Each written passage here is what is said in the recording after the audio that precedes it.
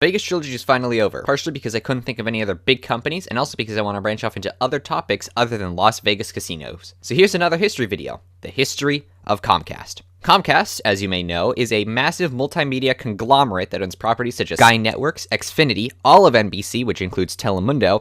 They're the ones who run the channels called things like KBLR, KTAZ, WNJU, etc. Sci-Fi, USA Network, as well as like a dozen sports channels. They also own Fandango and 30% of Hulu. All of Universal Studios, which includes their 5 parks, Universal Pictures, Illumination, Dreamworks, and Amblin.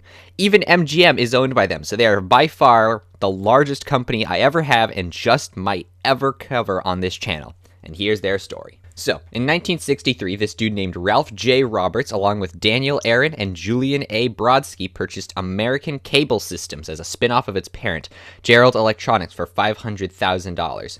American Cable Systems, ACS for short, was a small cable operator in Tupelo, Mississippi at the time, with only 5 channels, about 20,000 subscribers. In 1965, ACS made its first corporate purchase in Storecast Corporation, oddly enough, a product placement supermarket specialist firm. In 1968, ACS purchased its first franchise of Muzak, apparently a brand of background music used in supermarkets, and Storecast was their client. In 1969, the company was reincorporated in Pennsylvania under the new name of Comcast Corporation, and had its first initial public offering on the 29th of June, 1972, with a market cap of $3 million. HBO was first launched on a Comcast system in 1977, with about 20,000 customers in western Pennsylvania, with a 5-night free preview getting a sign-up rate of 15%. Comcast later bought 26% of Group W Cable Company in 1986, which doubled its subscriber count to 1 million. Comcast made a founding investment in QVC that same year. Comcast then bought 50% of SCI Holdings in a joint deal with a company called Telecommunications Incorporated in 1988. Also in 1988, Comcast bought American Cellular Network Corporation for $230 million, making it a mobile phone operator for the first time. In 1990, Brian L. Roberts, the son of Ralph Roberts, took over his father's position as president in Comcast. 2 years later, the mobile division of the company, Comcast Cellular, bought a controlling stake in Metro Media's Philadelphia area cellular interests called Metaphone. By 1996, Comcast had grown to become the country's 3rd largest cable operator, with about 3.5 million subscribers after it bought the American division of McLean Hunter for $1.27 billion. In the following year, Comcast grew to about 4.3 million subscribers after its purchase of EW Scripps Company for $1.575 billion. It took Comcast until 1996 to finally offer internet connection with its launch of the at-home network. That same year, they formed Comcast Spectator, which apparently became the owner of the Philadelphia Flyers. Microsoft made a $1 billion investment in Comcast in 1997, and the company quickly started its digital TV service. Later that year, in partnership with Disney, Comcast got a 50.1% stake in E! Entertainment. By New Year's Eve 1997, E! was available in all of the Philadelphia, Detroit, Orange County, Saratoga, and Union, New Jersey areas. In 1997, overall, Comcast acquired Jones Interactable with 1 million subscribers and a stake in Prime Communications, which has 240,000 subscribers. In early 1998, Comcast sold its British division to NTL for $600 million, along with $937 million in debt. And in 1999, Comcast sold their cellular division, Comcast Cellular, to SBC Communications for $400 million, releasing Comcast from over $1.27 million in debt. How on earth? Comcast also bought Greater Philadelphia Cablevision in 1999 and launched Comcast University and Comcast Interactive Capital Group. I have no idea why Comcast would want to run a university.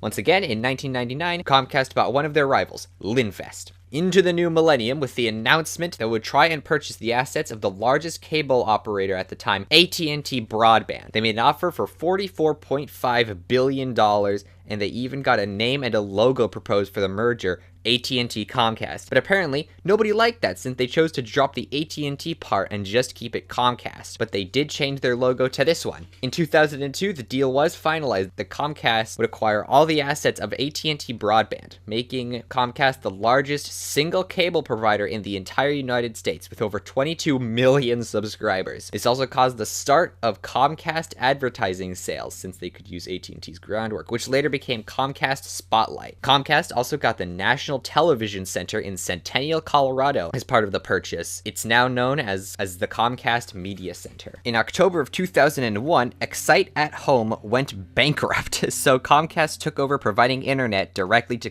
customers in early 2002. Apparently, being the largest cable provider in the country makes you a little crazy, and it showed in 2004 when Comcast made a bid for the Walt Disney Company, offering $54 billion along with $12 billion in debt. If this went through, Comcast would have been the largest media conglomerate in the world. But, of course, Disney refused, and so in April the bid was abandoned. Apparently, the main reason Comcast wanted to purchase Disney was due to their 80% stake in ESPN, which apparently a Comcast executive cited was their most valuable asset. ESPN, Disney's most valuable asset. Alrighty then. That same year, Comcast sold its stake in QVC to Liberty Media for $7.9 billion. And in April, Comcast and Sony Pictures Entertainment agreed to work together to purchase MGM and its affiliate company, United Artists, and created another way for MGM and UA to distribute their material on the internet, which now means that, since 2005, half of the Las Vegas Strip is owned by Comcast. In other news, later in 2005, they bought Susquehanna Communications for $775 million, which is a cable television and broadband services provider for the former Susquehanna Flatsgraph Company. In the deal, Comcast got about 230,000 cable subscribers, 71,000 digital subscribers, and 86,000 high-speed internet customers. And before this deal, Comcast owned about 30% of the company through Linfest. In 2005, Comcast announced it would create a new division focused on online media called Comcast Interactive Media. Comcast then bought The Platform, a Seattle-based company, in 2006. It represented a new line of business for Comcast, selling software to let companies manage their internet and media publishing efforts more easily. Comcast announced it would buy the cable systems owned and managed by Patriot Media in 2007.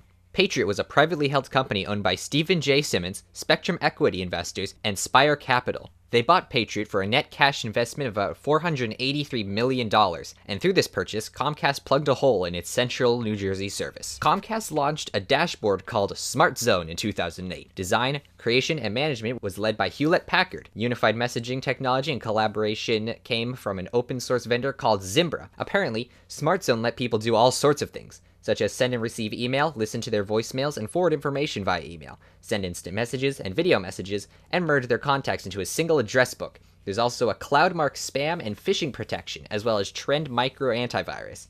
And the address book is Comcast Plaxo software. Alright, here's something great. So apparently, there's this award that Comcast won called the Consumerist Worst Company in America Golden Poo Award. They won it in 2010.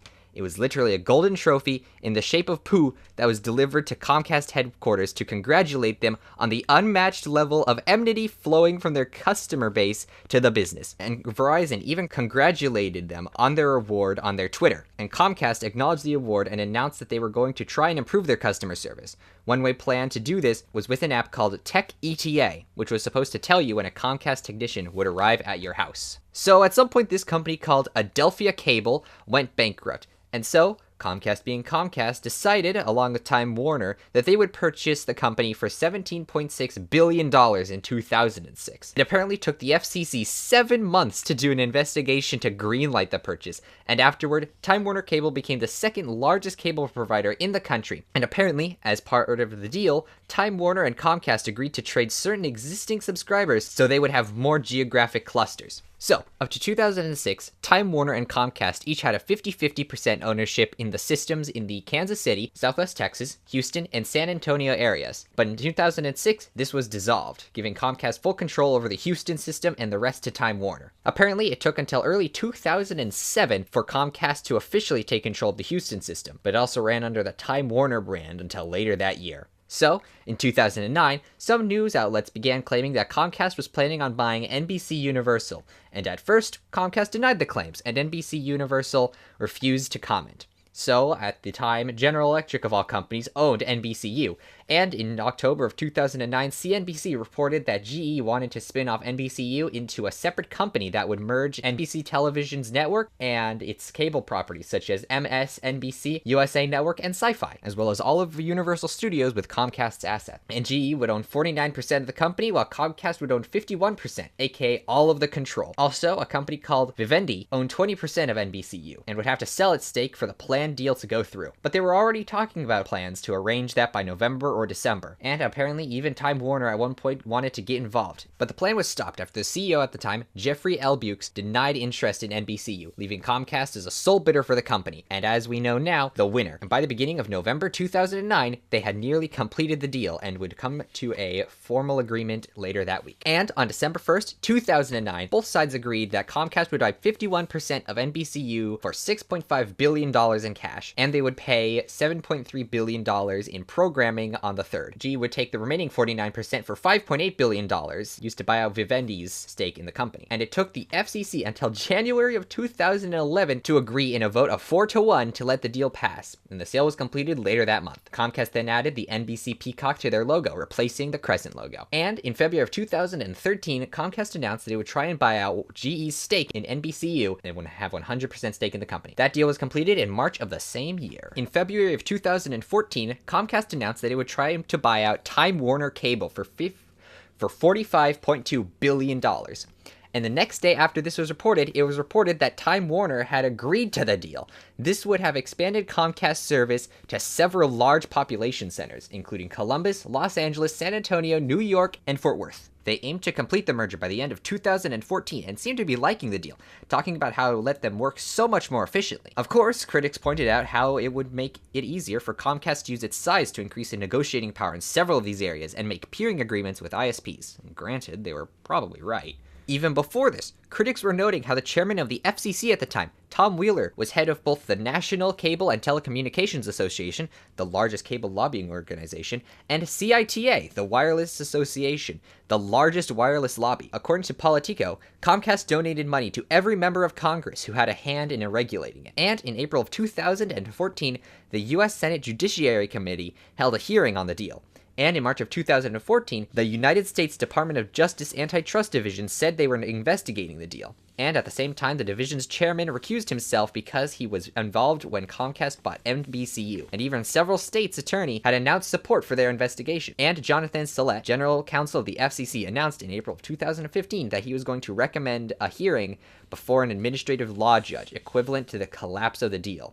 So now I've got the government investigating the deal, which ended in failure. In August of 2015, Comcast announced that it is going to change the internet speed for low-income customers from 5 megabits per second to 10 megabits per second, provide free routers, and lend an initiative to bring more internet to low-income senior citizens. And also in September of 2015, they created a website called Watchable, which was intended to become a YouTube competitor. We can all see how well that turned out. Apparently, the link, watchable.com, still works and redirects you to an Xfinity video streaming website. This is going to be quick. Why did I write this way? April 2016, Comcast announced that it would try and purchase Dreamworks Animation through NBC Universal for about $3.8 billion. August 2016, the deal closes. And in 2019, with the release of How to Train Your Dragon: The Hidden World, Universal Pictures will begin distributing DreamWorks movies, since that's when DreamWorks' deal with 20th Century Fox expires. Why did I write it so quickly? Why did I write it like that? In September of 2016, Comcast said they were to team up with Verizon Wireless to launch a cell network as a MVNO. MVNO, which stands for Mobile Virtual Network Operator, is pretty much a wireless communication service operator that doesn't own the infrastructure it uses. It can enter into an agreement with a company who actually does own the infrastructure to get bulk access to network services at wholesale rates. They described the new service as being a, quote, Wi-Fi and MVNO integrated product, end quote, and they expected it to launch in mid-2017, and apparently the partnership would result in a quadruple play of services, which pretty much means they'd be offering broadband internet access, television, telephone, and wireless service, and customers had the option of a quintuple play with the inclusion of Comcast's home security offerings, and the service was announced as Xfinity Mobile. Okay, so by November of 2017, Comcast was getting pretty ballsy. Despite the fact that they had just failed to purchase Time Warner, they jumped right into another purchase, 21st Century Fox. On November 16th, 2017, Comcast announced that it would attempt a purchase of 21st Century Fox, due to the news that, 10 days earlier, the Walt Disney Company had announced the same. Much of the two deals contained the same assets, those being 20th Century Fox, FX Networks, National Geographic, Fox Sports Networks, as well as some international assets such as Star India and Sky Plc. But the deal wouldn't include assets such as Fox News, Fox Broadcasting Company, Fox Television Stations, and Fox Sports, all of which would be spun off into a separate company. But on December 11th, Comcast dropped the bid, stating that they didn't get enough engagement to make an offer. But only 3 days later, on December 14th, Disney announced that it had completed its deal with Fox, purchasing the assets listed earlier for $52.4 billion in stock. The deal is currently being reviewed by the U.S. Antitrust Division. But on February 5th, 2018, it was announced that Comcast was back in the game. Comcast announced that they would try and stop Disney's bid after the AT&T Time Warner deal went through, after the Antitrust Division sued to block the merger in 2017. And in May of 2018, Comcast announced that they had made an official offer of $60 billion in cash, pending on approval of the AT&T Time Warner merger. On May 15th, a few Fox executives expressed interest in the offer due to the fact that Comcast's offer was a cash offer as opposed to Disney's lower stock offer. And in June, Comcast announced an even higher bid for the very same assets Disney had made an offer for. In June, Comcast announced that they had amended their previous merger agreement. Disney then upped their offer to $71.3 billion, while offering Fox shareholder cash instead of shares in Disney. Then, on June 27th, the U.S. Department of Justice gave antitrust approval to Disney to purchase Fox as long as they sold Fox's 22 regional sports networks, which they have already agreed to. The next day, Disney and Fox shareholders agreed to vote on Fox's properties being sold to Disney on July 27, 2018, giving Comcast enough time to make a counteroffer for the assets of Sky Networks. On July 12, 2018, the Department of Justice filed an appeal with the D.C. Circuit to reverse the district's court approval of the AT&T Time Warner merger. Though some people claim that the chances of a Department of Justice win are small, it's the last nail in the coffin for Comcast's purchase of Fox, sealing the deal to Disney. The next day, Randall Stephenson, CEO of AT&T, gave an interview with CNBC concerning Comcast's attempted acquisition of Fox, stating, quote, "It probably can't help it. You're in a situation where two entities are bidding for an asset. This kind of action can obviously influence the outcome of those actions." And finally, on July 19th, 2018, Comcast announced that it would be dropping its bid for Fox, instead focusing on acquiring Sky Networks, sealing the merger deal with Disney. Wow, that was quite the segment. Now we have to get into is the acquisition of Sky. Comcast made an offer on February 27, 2018 to purchase 61% of Sky Plc for about $28.5 billion. Fox already owns 39% of Sky and had already refused a $60 billion offer from Comcast in favor with Disney's deal, as well as from anti-competition concerns. According to the CEO of NBC Universal, Steve Burke, purchasing Sky would roughly double its presence in the English-speaking world and allow synergies between the respective networks and studios of NBC Universal and Sky. On April 12th, the panel on takeovers and mergers said that Disney had to acquire all of Sky within 28 days of purchasing Fox if the latter's acquisition of Sky isn't completed by the time the merger is done, or if Comcast's offer isn't accepted. On April 25th, Comcast offered to buy Sky Plc for $16.1 per share and said that this was their formal counteroffer. This caused Sky to withdraw its recommendation for the Fox bid. On June 15, 2018, Culture Secretary Matt Hancock cleared both 21st Century Fox and Comcast's respective offers to acquire Sky Plc. Fox's offer is contingent with the divestiture of Sky News. The European Commission then gave antitrust clearance for Comcast to buy Sky on June 15th, stating that the acquisition would have little effect on competition, and that Comcast included a 10-year commitment to the funding and operations of Sky News, which was similar to that of Disney's offer. Disney accepted the offer to acquire Sky as part of Fox's proposed bid, with a 15-year commitment to increase its annual funding from $64 million a year to $129 million. On July 11th, Fox increased its bid for Sky to $32.5 billion and $18.57 a share, which caused Comcast to raise its bid to $34 billion and $29.5 a share. The Sky Board of Directors then chose July 27, 2018 as the day they would vote on who to sell Sky properties to. And finally, on September 22, 2018, Comcast won the bid for Sky Plc by raising its offer to $40 billion, and on September 25th, Comcast bought 30% of Sky, and the next day, Fox sold its 39% stake in the company to Comcast for $15 billion in cash. And by October 2018, Comcast had bought all the remaining shares in the company, with it being closed on the stock market in November. The merger closed on November 7th, with the company becoming a fully owned subsidiary of Comcast.